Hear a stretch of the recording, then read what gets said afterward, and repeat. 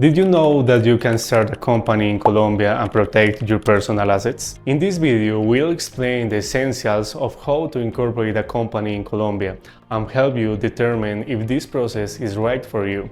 Today, we'll answer the questions like: what are the most common types of companies in Colombia? How long does it take to incorporate a company in Colombia? How do I know if I need a statutory auditor for my company? How much does it cost to incorporate a company in Colombia? Can I incorporate a company in Colombia as a foreigner or from abroad? What are the legal implications of creating a company? What are the most common types of companies in Colombia? Simplified stock company or S.A.S. The most popular, full flexibility, can be created by a single shareholder and no minimum capital is required. Limited liability company or Ltda. Less common, required for certain specific sectors, liability limited to the contributed capital. Corporation or S.A. Suitable for companies that want to issue shares on the stock exchange. Requires at least 5 shareholders and more formalities. How long does it take to incorporate a company in Colombia? A S.A.S. can usually be incorporated within 5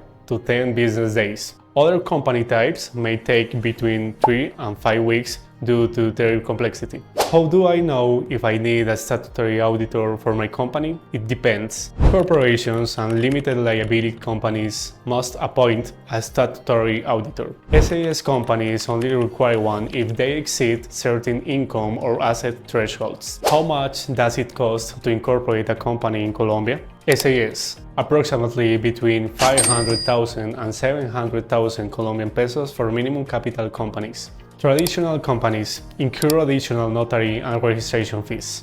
Can I incorporate a company in Colombia as a foreigner? Yes, but you should consider the difficulty of opening a bank account if you don't have a visa or regular immigration status.